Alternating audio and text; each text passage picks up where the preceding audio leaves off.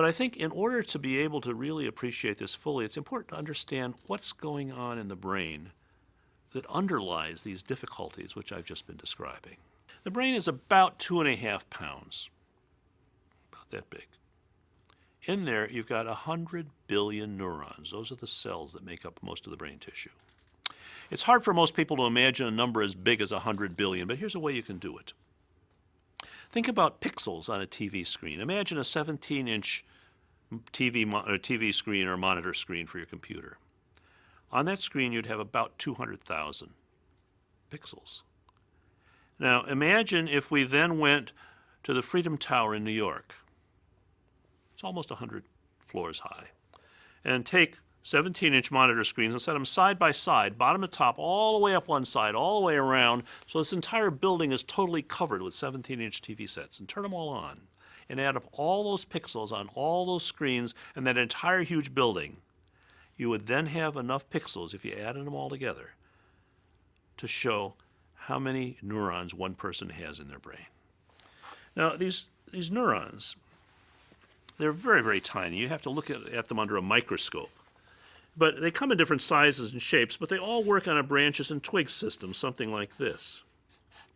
And if you isolate any one of them, you'd find that there are over 1,000 places where it's connecting and interacting with the ones around it. But the thing that's amazing about it is the whole system works on low voltage electrical impulses, and it is not wired together for anybody. That's true for those with ADHD. It's true for every one of the rest of us. They are not directly connected. Let me show you what it looks like. If you can imagine these tiny, tiny connections that are so small you need a microscope to see them. Look like a couple of mushroom heads butted up against each other. And then there's a space between them which is thinner than a piece of tissue paper. So when there's something that's coming in from the brain, electrical impulses traveling along here, it has to jump this gap like a spark plug.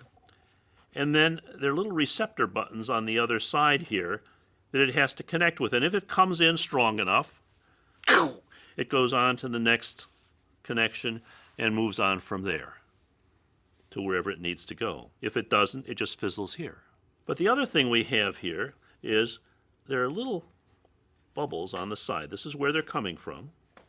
This is where the chemicals are manufactured. The brain makes 50 different chemicals to help carry messages back and forth. And there are two of them that control most of the things that I've been describing in ADHD. So what's happening when that electrical impulse comes is it releases microdots of that chemical. That's what crosses the gap and hits these receptors. It works like a spark plug. And then if it hits the right threshold, it moves on. And then on this side, there's some little cells that work like little vacuum cleaners that go and suck back the chemicals and reload the system. Otherwise, it would be just locked open all the time. We think what happens with people who have ADHD is their brains make these chemicals the same way everybody else's brain does, but they simply do not release and reload them effectively. And the other thing we know is that for 8 out of 10 people who have ADHD, if you give them the right amount of the right medicine, the system can work better. For some, it's huge how much it helps. For others, it's substantial, but it's not huge. For others, it helps a little, but not that much. And 2 out of 10, it doesn't work at all. But the fact is, though this is indeed a chemical problem, the medicines that we have for ADHD cure nothing. It's not like you have a strep throat, you take an antibiotic and it knocks out the infection. It's more like my eyeglasses. I have a problem with my eyes. I can't see well.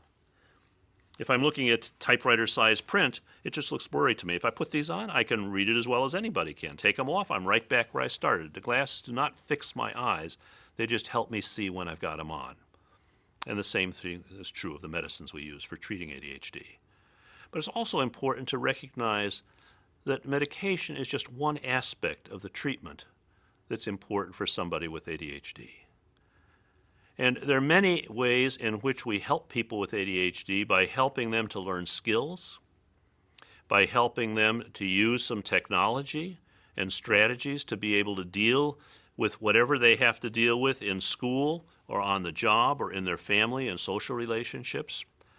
And it's most effective to be able to, first of all, have a very good evaluation to understand exactly which problems with ADHD this particular person has, and then to have the team of, if it's a child, the child and the parent and the doctor in consultation with the educators, the teachers that are working with them, to try to assess what are the strengths of this child.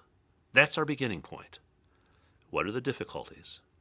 And what plan can we put together which will allow us to be able to build on those strengths and help the child or the adult learn about ways of dealing more effectively with their difficulties so that they can succeed and reach their full potential?